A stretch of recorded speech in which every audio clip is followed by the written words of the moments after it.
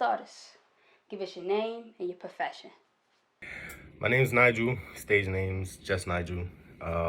Profession is I'm a singer-songwriter, artist in general. Okay. What made you came up with just Nigel? Like you just wanted people to be like, no, really, it's just Nigel. Like, To be honest, I went through a couple name changes. I started off with the name X. I was rapping. I was like on some underground rap. And then I went to LGN, which is Nigel backwards without the vowels. And then from there, I had Nye Houston. But then Nye Houston was like my prime name for a while because that's where I had a lot of accomplishments under that alias. And then I don't know. After a while, I just felt like I wanted something that was more authentic to me, which is literally just my name. So, I went from Nye Houston to like just Nigel because I feel like I have no persona. Like when I'm outside, it's you get what you get. You get me. You get just Nigel. So that became a thing for me. It was like I'm just Nigel. okay. Where did you get your start in music? Oh man, ever since I was a kid, to be honest, like I was a huge Michael Jackson fan. Huge Michael Jackson fan. I remember being young, doing the choreography, the Thriller. Like I had all his CDs. So just growing up, I kind of evolved with him. Like wherever my age range was, I was listening to that age range Michael Jackson. So like for me, it's been since I was young. But then also I have a lot of influences. Like my dad and his friends, they grew up doing music. Like they're cool with Kumo D. That's like my godfather. My mom, her father was in a group. Her father and her uncle was in a group in the 60s. And they have some pretty big and popular songs. So yeah, it's always been in me. So you said you've been growing with Michael. Do you know which song or which songs his voice kind of like became Michael Jackson voice instead of like Little Michael? Could you? I feel like I feel like I feel like he always had Michael Jackson voice. Like whatever song you hear him on, you knew it was him. But I would say around the 70s, when his voice started changing a bit and he started having a little bit more control. Um, One song I can give an example of is very underknown or not known, but it's called "Find Me a Girl." It's on a Jackson's album, but it's to me one of his very first songs where he was stepping away from being innocent and uh, more adult. So for me, when I heard it, I was like, all right, this is where he was like, I gotta step it up. I gotta start separating myself from little kid Mike to being, you know what I mean, grown man. So yeah, "Find Me a Girl" by Michael Jackson or by the Jacksons if you can never find that. Now, Yeah. what would you say was the hardest part when you first started out like making music? Confidence. Um, Even though I was always talking about music, I always did it in my own space, whether it was singing, songwriting. I was very uh, private with it. So when I decided to actually come out and do it, just having the confidence and letting myself unfold or unravel for other people. That was the hardest part. It's something I still struggle with to this day, just differently. But yeah, I would just say confidence, just having confidence in my work and confidence in what I'm putting out, knowing that it's 100% me. Now, I see on your page you performed a lot and you look like you have like a great like fan base. Like, you see a lot of people videos of them like performing, though they're like, local right now. It might not be a much crowd participation, but your videos they not letting you finish the song. Like they're gonna take it over for you. What song do you feel like is the one that really like gets the crowd going? Like when it come on, they be like, "Oh my God, this me." um, uh, so I would say the first song that was like that was this song called "Vibe." It was on my first R&B EP. I have like a secret EP on SoundCloud that a lot of people don't know about, but it was on my first actual EP called Saturn. It's called Vibe. um, I was performing that song like consistently around 2017 to about 2019, and that became a song that I don't know, that a lot of people would just pick up and just start singing while I'm on stage. Yeah, so Vibe, but I can't think of anything more recent that'll top that, to be honest. Okay. Um, the way I think artists like measure their success right now is like through streams. Um, is that the same for you, or is it like something totally different that you're like, all right, this means I'm moving in the right direction? Right now, streams is a good streams. Streams is like likes. Like the more streams you get, the better you feel about what you're presenting. Um, so I can't say that streams isn't something that makes me feel better, but for me, that's not necessarily what it is. It's when I see people overseas uh, making content or wanting to work with me. That's something that I take much more pride in because overseas you have people who are accustomed to a different lifestyle, accustomed to a different traditions, accustomed to different language, and if they can come across my song and be like, "Damn, like I want to work with this dude," or "Who is this guy?" I feel like that is much more validation than how many people are listening to your track. Because all in all, I as an artist, I'm a vessel. I want people to be able to connect with music rather than just listen to it. I want them to connect to it to a point where they feel like they can approach me. Now I see that you are a part of this collective, or you own the collective. I'm not too sure. That I ain't see too much Mm-hmm. information. Called the Midnight Crew. Can you tell me what Yeah. that's all about? Yeah, so Midnight Crew was or is a it's like a what do you want to call it? Like a collective where it's a couple artists, most of my friends that I started doing music with, but the idea of it was to have something for artists or for the dreamers, because I know for myself, most of my creative work gets done overnight. If you look at people who are doing shows, they're performing at clubs overnight. They're visiting clubs overnight. They work during the day and they only have the nighttime to get in the studio. You know what I mean? So that's where the Midnight Crew idea came from. It's just like, it's for the dreamers, it's for the people who are up when everybody else is sleeping, working on something that they believe in or are passionate about. Okay. So that was the premise of it. If you could create a project from this collective, who would be on the project? So if you're putting together like a 6 song EP, who other artists would you work with? Like in general, like big artists or like Any who I would artist. choose. Yeah, whoever you would want to choose. Um, to be honest, it'll be a lot of people I started with.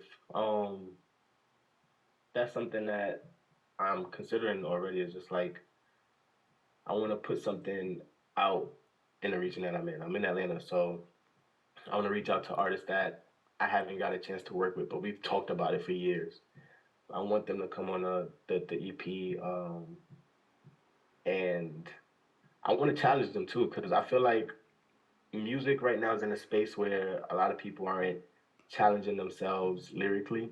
And I started off rapping, so I feel like I have a strong hand in that. And through Midnight Crew, I will express that.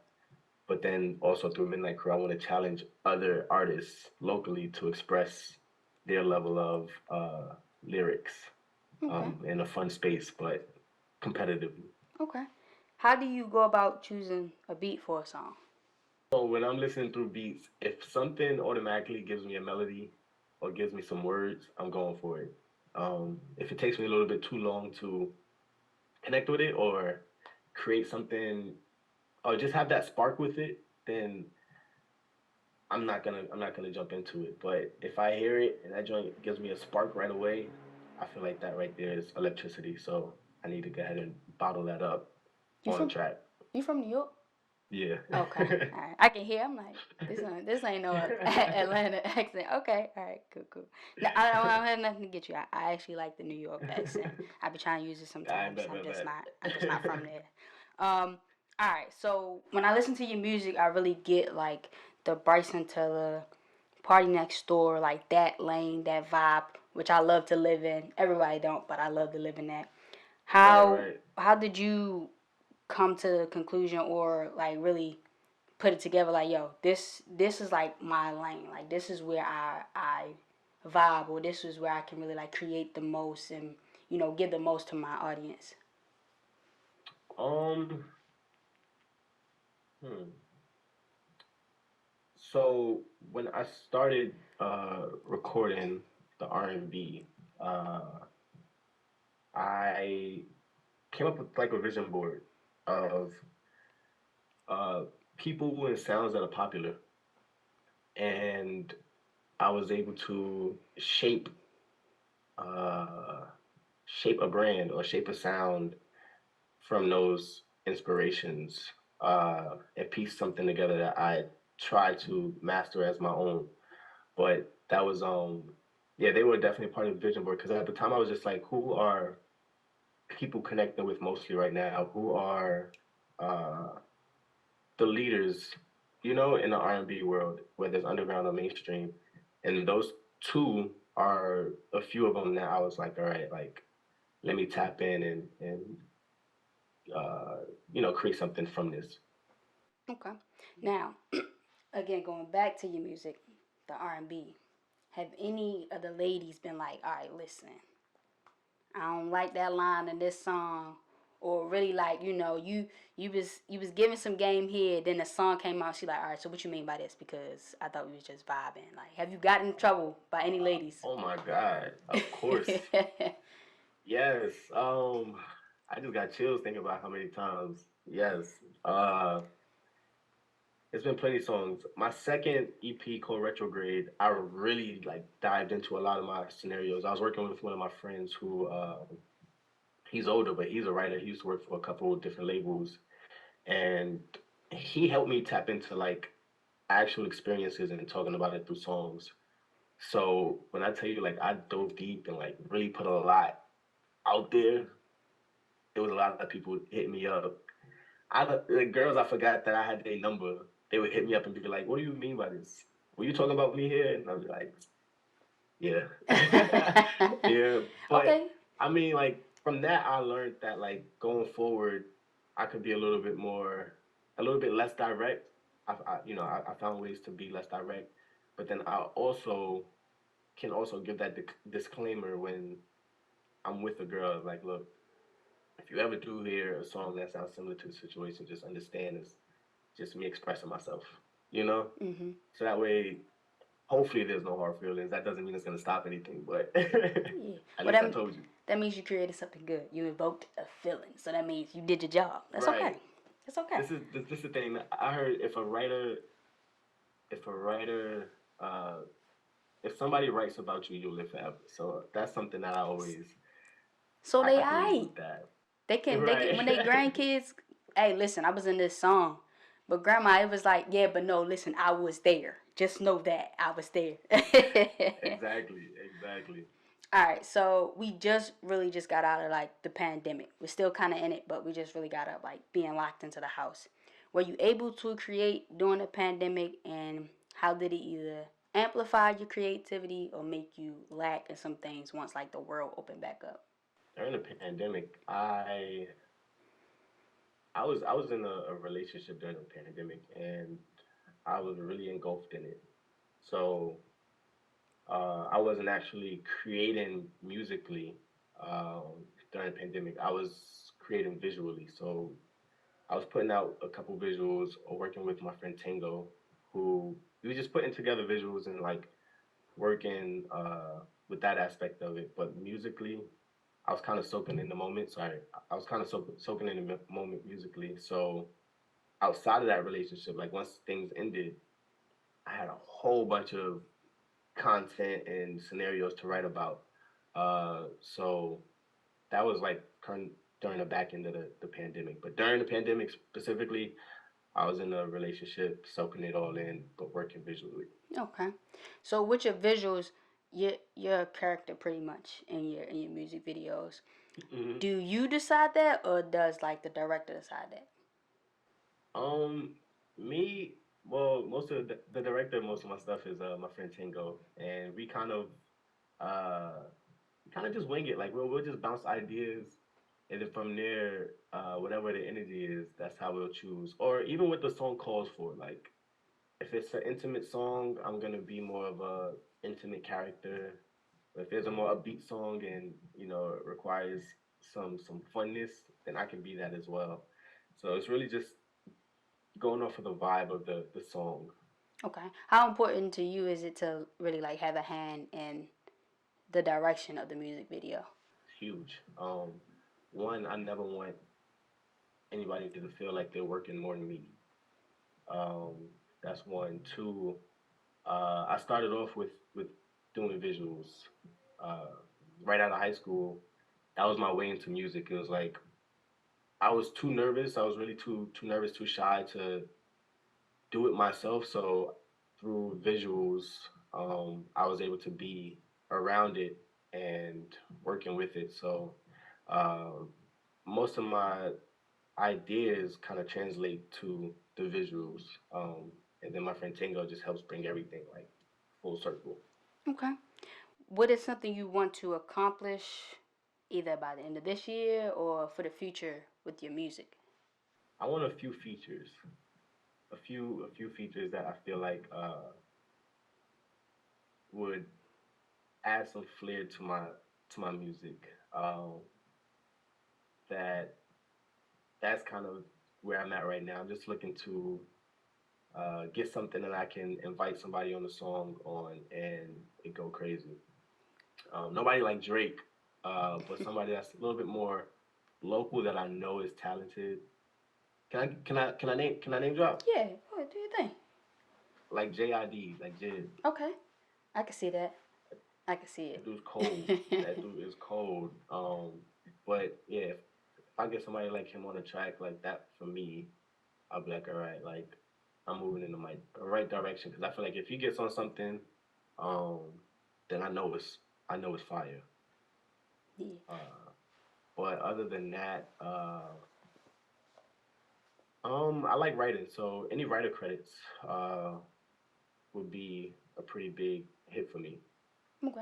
Now you say you want to get some features. Have you thought about bringing someone from New York and adding them to like your Atlanta? So I feel like you have a sound that is like we know that it's like you're in Atlanta or you're somewhere in the South. Like it's catered to that. Hmm. Do you have an idea of anybody you would want to bring from New York to like merge the sounds? Eventually, right now, New York sound is in a completely different space than I am.